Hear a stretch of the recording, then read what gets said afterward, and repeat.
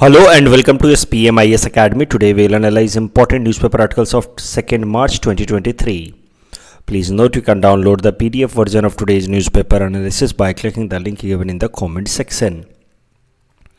This is the list of the topics that we will be covering from today's newspaper. The first article is about paid news, and this topic is important from our syllabus GS paper 2 Indian polity point of view. क्या है paid news, पहले ये समझते हैं and then will see the article. देखिए, as per press council of India, paid news is any news or analysis appearing in any media, may it be print or electronic, for a price in cash or kind as consideration. सरल भाषा में कहें तो कोई सा भी ऐसा news या एनालिसिस जो आपके सामने रखा जाए, either in the form of print media जैसे कि अखबार वगैरह, या फिर इलेक्ट्रॉनिक मीडिया, कोई भी इस तरह का न्यूज़ या एनालिसिस आपके सामने रखा जाए, लेकिन वो इस तरीके से प्रेजेंट किया जाए जैसे वो इंडिपेंडेंट न्यूज़ है या एनालिसिस है. लेकिन अगर उसको रखने के लिए किसी ऑर्गेनाइजेशन ने या इंडिविजुअल ने पैसा दिया है या फिर किसी और दूसरे तरीके का गिफ्ट दिया है ताकि उस ऑर्गेनाइजेशन को या उस इंडिविजुअल को फ़ायदा हो जाए बिकॉज ऑफ दैट न्यूज़ और बिकॉज ऑफ दैट एनालिसिस, तो इस तरीके के न्यूज़ को कहा जाएगा पेड न्यूज़. बहुत बार आप देखते हैं कई सारे ऐसे मीडिया चैनल्स हैं, ऐसी खबरें सुनाते हैं कि आपको जानबूझ करके लगता है कि मतलब आपको समझ आता है कि ये जानबूझ करके ऐसी बात बता रहे हैं जिससे एक पर्टिकुलर ऑर्गेनाइजेशन या इंडिविजुअल को फ़ायदा हो सकता है ऐसा न्यूज़ दिखाने के लिए या सुनाने के लिए उनको पैसे मिले हों, तो उस केस में वो न्यूज़ को कहा जाएगा पेड न्यूज़. तो it puts out information as if it has been independently and objectively produced but has been actually been paid for. वो दिखाते ऐसे हैं कि ये एक इंडिपेंडेंट या ऑब्जेक्टिव तरीके से ये न्यूज़ या इन्फॉर्मेशन रखा गया है, but actually they are paid for it. देखिए, एक एडवर्टीजमेंट अलग होता है, जैसे अखबार में भी छपता है, साफ साफ देख करके लगता है कि एडवर्टीजमेंट है, ये वो देख करके समझ आ जाएगा आपको. एड सेक्शन में भी होगा, एडवर्टीजमेंट सेक्शन में भी होगा, पर बहुत बार वो न्यूज़ ऐसे छापा जाता है, दिखाया जाता है कि न्यूज़ है, इंडिपेंडेंट एनालिसिस है, बट उसके पीछे कुछ ना कुछ मॉनेटरी कंसिडरेशन होता है. अब क्या कंसर्न है, what are the issues with such paid news? Such paid news weakens the democratic system of any country. वो डेमोक्रेसी पर सीधा सीधा अटैक करते हैं. क्यों? क्योंकि media is considered as fourth pillar of democracy. तो apart from the three pillars that are legislatures, executive and judiciary, free media is considered as fourth pillar of democracy. और अगर मीडिया पैसे लेकर के अपना काम ईमानदारी से ना करके किसी एक पर्टिकुलर वेस्टेड इंटरेस्ट को प्रमोट करे, तो naturally in that case the democratic system will get weaken. जरा समझते हैं आखिर मीडिया को फोर्थ पिलर ऑफ डेमोक्रेसी क्यों कहा जाता है. देखिए, डेमोक्रेसी का मतलब होता है रूल ऑफ पीपल, लेकिन मॉडर्न टाइम्स में सारे लोग तो डायरेक्टली रूल तो कर नहीं सकते. करोड़ों करोड़ों की जनसंख्या है हमारे देश में, तो अब लगभग 140 करोड़ आबादी है. तो डेमोक्रेसी अगर भारत जैसे देश में लाना है तो वहाँ डायरेक्ट रूल तो हो नहीं सकता. लोग सीधा सीधा मिल करके तो नियम या कानून बना नहीं सकते. जैसे पुराने ज़माने में ग्रीक सोसाइटी में हुआ करता था, लोग एक बड़े से स्टेडियम में इकट्ठा हो जाते थे और सारे इंपॉर्टेंट फैसले लोग खुद वोट करके डिसाइड करते थे कि भाई ये प्रपोजल है, कितने लोग इसके फेवर में, कितने अगेंस्ट में हैं. लेकिन आज के डेट में कंसीडरिंग द लार्ज पॉपुलेशन, आप कौन सा ऐसा स्टेडियम बनाएंगे जहाँ पे 140 करोड़ लोग इकट्ठा हो जाएं? That is not possible. So because of such a huge population, modern time की जो डेमोक्रेसी होती है that is practised in indirect format, जिसको हम लोग रिप्रेजेंटेटिव डेमोक्रेसी कहते हैं.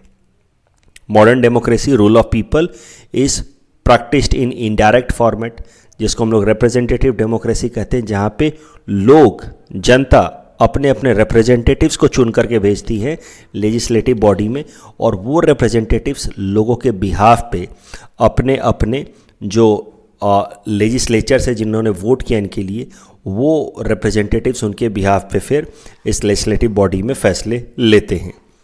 तो मुद्दा ये है कि इनडायरेक्ट डेमोक्रेसी में या रिप्रेजेंटेटिव डेमोक्रेसी में इलेक्शन एक इम्पॉर्टेंट जरिया होता है रिप्रेजेंटेटिव्स को चुनने का।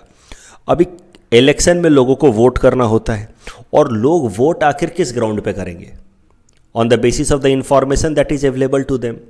और लोगों के पास इंफॉर्मेशन पहुंचाने का काम होता है मीडिया का, और अगर मीडिया अपना काम ईमानदारी से ना करे और वो पेड न्यूज़ दिखाए, if media acts in favour of a particular political party और a particular leader and acts with a vested interest because of some monetary consideration, तो उस केस में लोगों के पास इंडिपेंडेंट इन्फॉर्मेशन, जेन्युइन इन्फॉर्मेशन पहुंचेगा नहीं। मीडिया उनको वही खबरें सुनाएगी, उसी पार्टी या उसी लीडर के फेवर में खबर सुनाएगी जिस पार्टी या लीडर ने उनको पैसा दिया है। तो इस तरीके से लोगों का जो ओपिनियन है दैट विल बी कलर्ड और conditioned in a favour of a particular political party और ए लीडर जिसके पास मनी पावर है, जिसने सारे मीडिया हाउसेस के ऊपर अपना मनी पावर का कंट्रोल जमा रखा है। And this is how people mind will be condition and they will vote only for that particular party और रिप्रेजेंटेटिव। और इस तरीके से पूरा का पूरा डेमोक्रेटिक सिस्टम वीकेन हो जाएगा, कमज़ोर हो जाएगा। तो आई होप नाउ आपको ये बात समझ आ रही है कि why we are calling media as fourth pillar of democracy. और अगर मीडिया पेड न्यूज़ दिखाए तो that will lead to weakening of the democratic system. और इसी चीज़ को ध्यान में रखते हुए हाल फिलहाल में प्रेस काउंसिल ऑफ इंडिया ने एक एडवाइजरी नोटिस इशू किया है for the print media against paid news. तो जितने भी अखबार हैं, प्रिंट मीडिया या मैगजीन्स हैं, इनके लिए एक एडवाइजरी नोटिस रिलीज़ किया है प्रेस काउंसिल ऑफ इंडिया ने कि इन सारे प्रिंट मीडिया वालों को एक पर्टिकुलर फॉर्मेट को फॉलो करना है ताकि पेड न्यूज़ से बचा जा सके। क्या है प्रेस काउंसिल ऑफ इंडिया और इसके क्या पावर्स हैं, वो एक एक करके देखते हैं। प्रेस काउंसिल ऑफ इंडिया एक स्टैचूटरी बॉडी है। स्टैचूटरी बॉडी मतलब a body that is created with help of a law, और इस बॉडी को बनाया गया with help of press council act of 1978। It is also a quasi judicial body. Quasi judicial body because it has power to act like a court and it acts as a watch dog for press in India. तो हमारे देश के अंदर जो press हैं, print media है, वो ईमानदारी से काम करें, वो किसी इस तरीके के वेस्टेड इंटरेस्ट से गाइडेड होकर के काम ना करें। इस चीज़ को इंश्योर कराने का काम होता है प्रेस काउंसिल ऑफ इंडिया का, and that is why it is known as a watch dog and that is how it acts as a quasi judicial body, क्योंकि इसके पास पावर है टाइम टू टाइम नए नए रेगुलेशंस को release करने का। बात की जाए प्रेस काउंसिल ऑफ इंडिया का, इसके कॉम्पोजिशन का, तो इसका एक चेयरमैन होते हैं, उसके अलावा it is a 28 member body. The chairman is nominated by a committee that consists 3 persons. One, the chairman of Rajya Sabha, second, the speaker of Lok Sabha, and one representative of the council itself.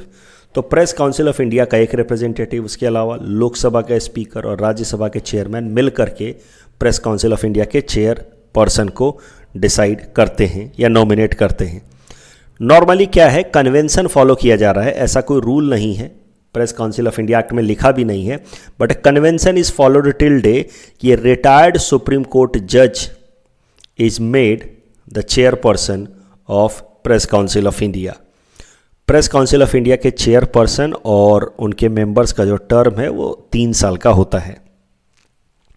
अगर powers की बात की जाए या functions की बात की जाए तो प्रेस काउंसिल ऑफ इंडिया का मेन फंक्शन है to set up a code of conduct for journalist as well as newspapers. क्या कोड ऑफ कंडक्ट फॉलो करना है वो press council of India decide करता है for journalist and newspapers. Press council of India has power to receive complaints of the violation of the journalistic ethics. तो जो basic journalistic ethics हैं या professional ethics हैं फॉर प्रेस या print media, उसको अगर कोई भी न्यूज़पेपर या कोई भी एक जर्नलिस्ट या एडिटर वॉयलेट करता है तो उस केस में प्रेस काउंसिल ऑफ इंडिया के पास कंप्लेंट रजिस्टर किया जा सकता है और press council of India inquiry भी कंडक्ट कर सकती है against the subject who has violated the said norms. लेकिन प्रेस काउंसिल ऑफ इंडिया के पावर्स में कई सारे लिमिटेशन भी हैं। सबसे पहला लिमिटेशन है कि प्रेस काउंसिल ऑफ इंडिया के पावर जो हैं that is applicable only for print media, जैसे कि न्यूज़पेपर या जर्नल्स या मैगजीन्स के लिए ही प्रेस काउंसिल ऑफ इंडिया के पावर्स एप्लीकेबल हैं। Press council of India's power does not apply on electronic media like radio, television और इंटरनेट। उसके अलावा प्रेस काउंसिल ऑफ इंडिया के पास जो पावर है that is only limited up to enforcing the guidelines, आप guidelines दे सकते हैं for newspapers and magazines, but Press Council of India cannot penalize newspapers or news agencies or editors or journalists for violation of those guidelines. इस topic के basis पे prelims practice question हमने आपको दे रखा है. Please attempt this question and you can submit the answer in the comment section. The next article is about adopt a heritage scheme. On this topic is important from our syllabus GS paper two governance point of view.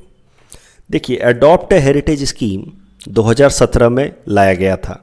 It is an initiative of 3 institutions, ministry of tourism, ministry of culture and archaeological survey of India. In 3 institution या organisations ने मिल करके start किया adopt heritage scheme. क्या है provision adopt heritage scheme का, वो ज़रा समझते हैं. देखिए, कोई भी एक प्राइवेट फर्म या कंपनी या कोई भी एक पब्लिक सेक्टर ऑर्गेनाइजेशन जैसे IOCL, ONGC वगैरह, they can enter into an agreement with union ministry of culture to adopt a state owned archaeological site और मॉन्यूमेंट. तो आप मिनिस्ट्री ऑफ कल्चर के साथ, अगर आपका कोई ऑर्गेनाइजेशन है, कोई कंपनी है या कोई PSU है, सरकारी कंपनी है, दे can enter into an agreement with ministry of culture, और उस अग्रीमेंट की मदद से they can adopt a particular heritage site, archaeological site और मॉन्यूमेंट जिसका वो खुद देख रेख करें. तो आप भारत सरकार के साथ अग्रीमेंट करके आप चार मीनार को अडॉप्ट कर सकते हैं. आप मिनिस्ट्री ऑफ कल्चर के साथ आप अग्रीमेंट करके आप लाल किला को अडॉप्ट कर सकते हैं और फिर उसका मेंटेनेंस देख रेख आप कर सकते हैं as a private firm, company और PSU. तो बिजनेसेस जो इस तरह के अग्रीमेंट में जाते हैं विथ मिनिस्ट्री ऑफ कल्चर, उन बिजनेसेस को कहा जाता है monument Mitra under this adopt heritage scheme.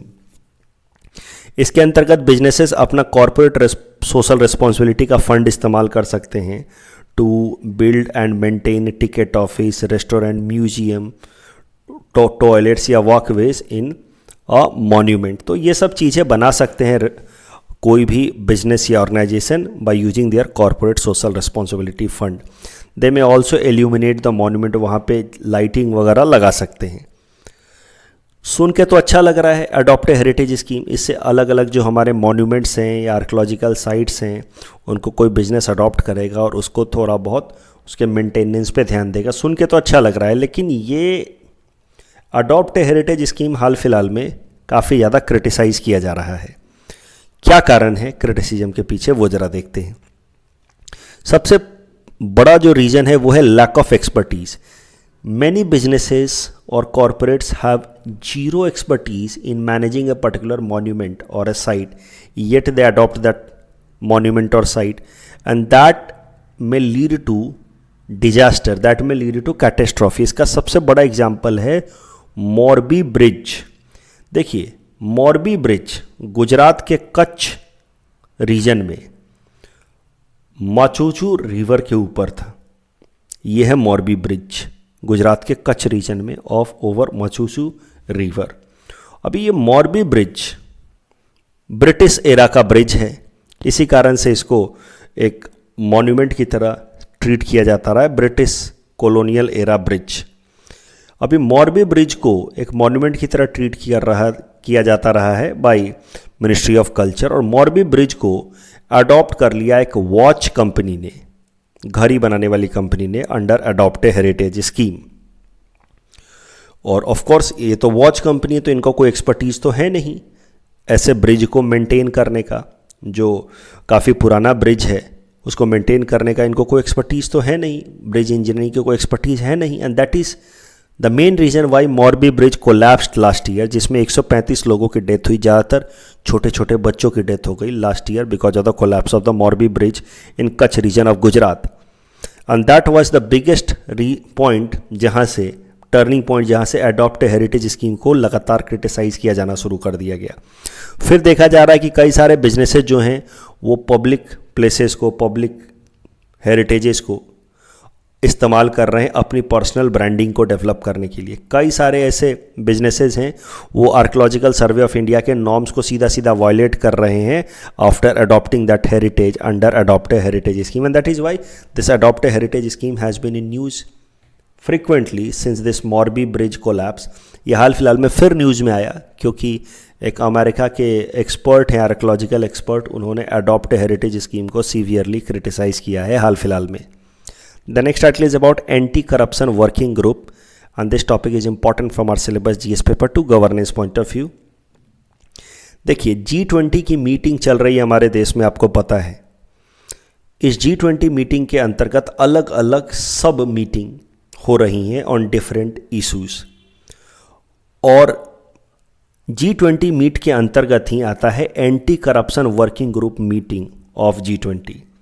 तो the first anti corruption working group meeting of G20 is being held in Gurugram Haryana from 1 to 3 मार्च।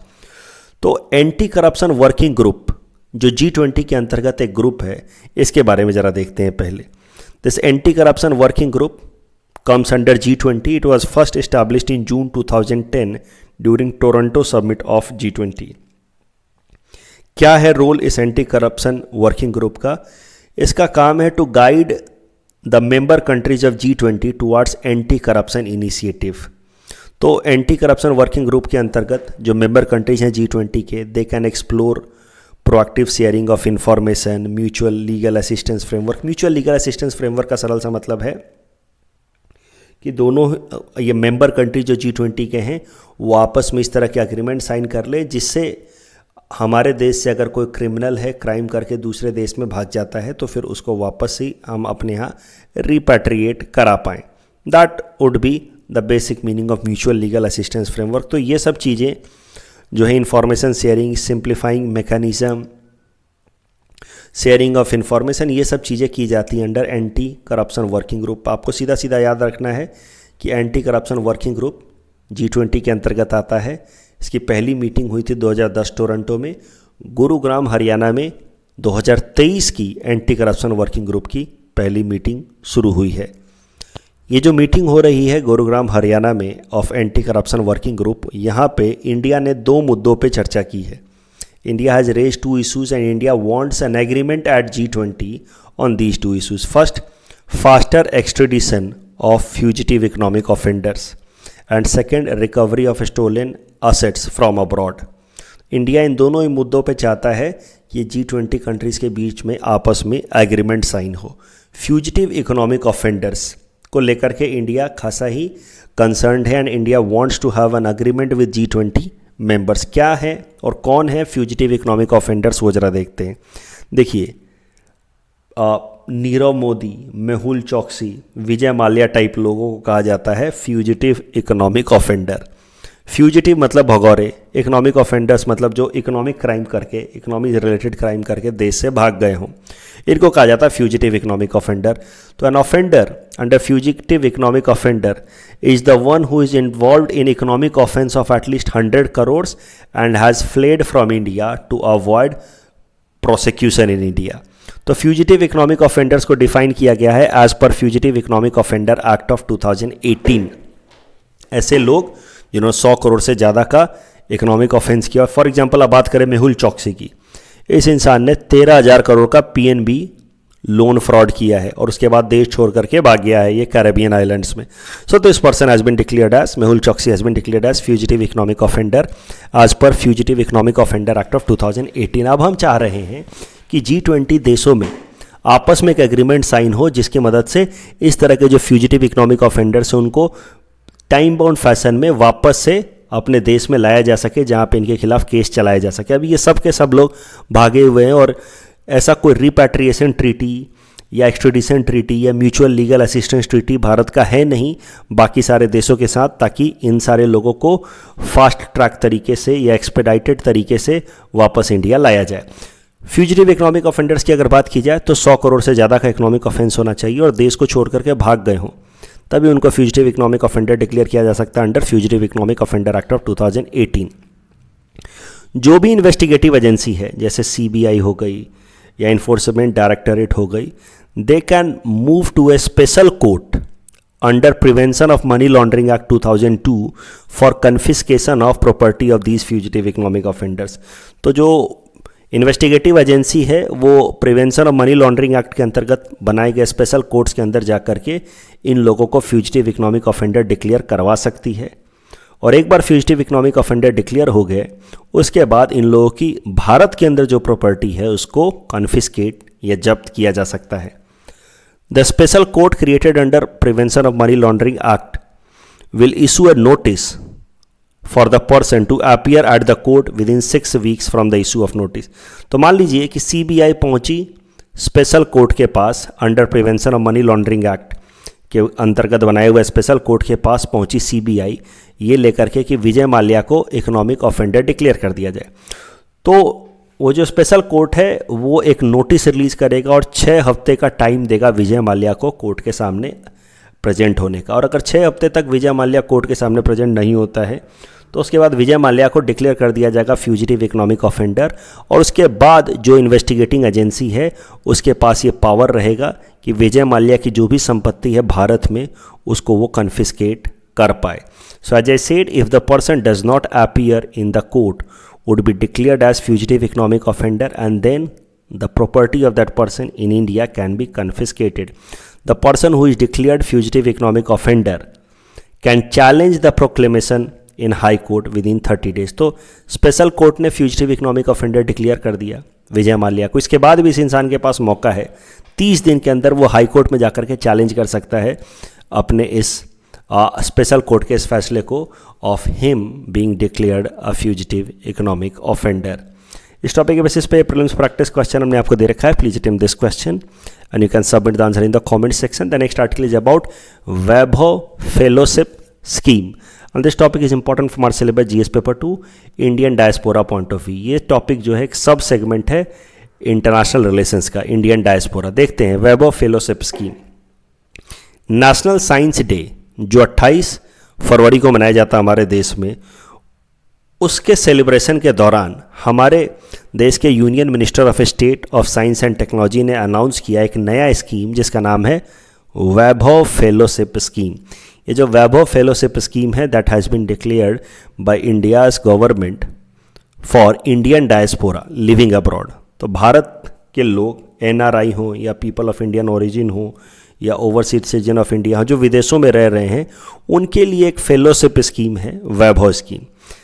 इसके अंतर्गत द एनआरआईज रिसर्चर्स जो विदेशों में रह रहे इंडियन मूल के लोग हैं जो रिसर्च के काम में हैं in other universities of the world, they will have an opportunity to come back and work in India for 1 month or maximum 2 months in a year, and they may come to India and they may conduct research in some research or academic institution in India under Vaibhav Fellowship Scheme. तो इस scheme का main purpose है to improve the research ecosystem of higher education institution in India. मान लीजिए कि ये लोग IITs में, एनआईटीज़ में आकर के, आईआईएससी में आकर के रिसर्च करते हैं तो इन एजुकेशन इंस्टीट्यूशंस का भी तो रिसर्च इकोसिस्टम स्ट्रांग होगा। लेकिन नियम यही है कि ये रिसर्चर्स जो विदेशों से इंडिया आना चाह रहे हैं वो विदेशों के किसी न किसी ऐसे इंस्टीट्यूट में पढ़ रहे हों जिसकी रैंक टॉप 500 में आ रही हो इन क्यूएस वर्ल्ड यूनिवर्सिटी रैंकिंग। तो ये नहीं कि किसी भी इंस्टीट्यूट का कोई भी इंसान आकर के बोले कि नहीं मैं तो वैभव फेलोशिप स्कीम के अंतर्गत इंडिया के अंदर रिसर्च करना चाहता हूँ 1 महीने या 2 महीने के लिए। That is not possible. If that researcher, NRI researcher is studying in some university whose rank is in top 500 in QS World University ranking, then only that researcher is eligible for research in India under Vaibhav Fellowship Scheme. तो applicants can be NRI or person of Indian origin or overseas citizen of India and must have obtained PhD या MD या MS degree from a recognized university, तभी जाकर के that person will be eligible for Vaibhav Fellowship Scheme. Topic number 5 is about compassion fatigue. This topic is important from our syllabus GS paper 4 ethics and integrity point of view. क्या होता है compassion fatigue? एकदम सरल भाषा में मैं समझा दूं। देखिए, मान लीजिए आप किसी हॉस्पिटल में काम करते हैं तो आप रोज इस तरह के पेशेंट्स देख रहे हैं। कोई पेशेंट है जो बर्निंग का विक्टिम है, कोई ऐसा पेशेंट है जो एक्सीडेंट विक्टिम है। आप रोज इस तरह के 2, 4, 5, 10 केसेस देख रहे हैं। तो होगा क्या, over a period of time आपके अंदर एक अजीब तरह का नंबनेस आ जाएगा। नंबनेस इन द सेंस कि जब आपके पास इस तरह का कोई भी पेशेंट आएगा तो आपको देख करके उसके लिए बहुत ज़्यादा कंपैशन फील नहीं होगा। आपको ये नॉर्मल लगेगा, आम लगेगा, हाँ ठीक है एक केस है, इसका इलाज किया जाए। That state of mind is known as compassion fatigue. तो compassion fatigue is a state of emotional exhaustion और burnout that can result from continuously experiencing pain और सफरिंग। आप लगातार लोगों को पेन या सफ़र करते हुए देखेंगे तो धीरे धीरे दूसरों की पेन या सफ़र से आपको फ़र्क पड़ना बंद हो जाएगा। That situation is compassion fatigue. It causes us to lose our capacity to react and help those in needs. हमें फ़र्क ही पड़ना बंद हो जाता है over a period of time. लगता है ठीक है चलने दो। अब देखते हैं कई सारे डॉक्टर्स को, आपको हमें देख करके लगता है कि कैसा आदमी है, इसको फ़र्क ही नहीं पड़ रहा। डॉक्टर्स आप देखते हैं वो लोगों को पेन में देख रहे होते हैं, फिर भी वो चले जाते हैं कि मैं कल इलाज करूंगा आपका। तो हो सकता है कि they might be suffering from compassion fatigue. They lose the capacity to react and help those who are in need. The consequence of seeing violent images is that you become numb to them and you think violence is no big deal। तो लगातार आप इस तरह के images अगर online भी देखें तो over period of time violence से आपको अंतर पड़ना कम हो जाएगा। इस तरह के सिनेरियो कहा जाएगा compassion fatigue. For example soldiers जो वॉर में होते हैं, एक लिमिट के बाद उनके अंदर कंपैशन फटीग डेवलप हो जाता है। लोगों को मार रहे हैं, उनके जो उसके कारण उनके ऊपर कोई बहुत ज़्यादा असर नहीं पड़ रहा है। Similarly, doctor and nurses reflect compassion fatigue while working in hospital. So, I will have to end this recording here. देखिए compassion fatigue is क्यों डेवलप होता है, why compassion fatigue। तो this is the last topic and इस topic को मैं कल ले लूँगा।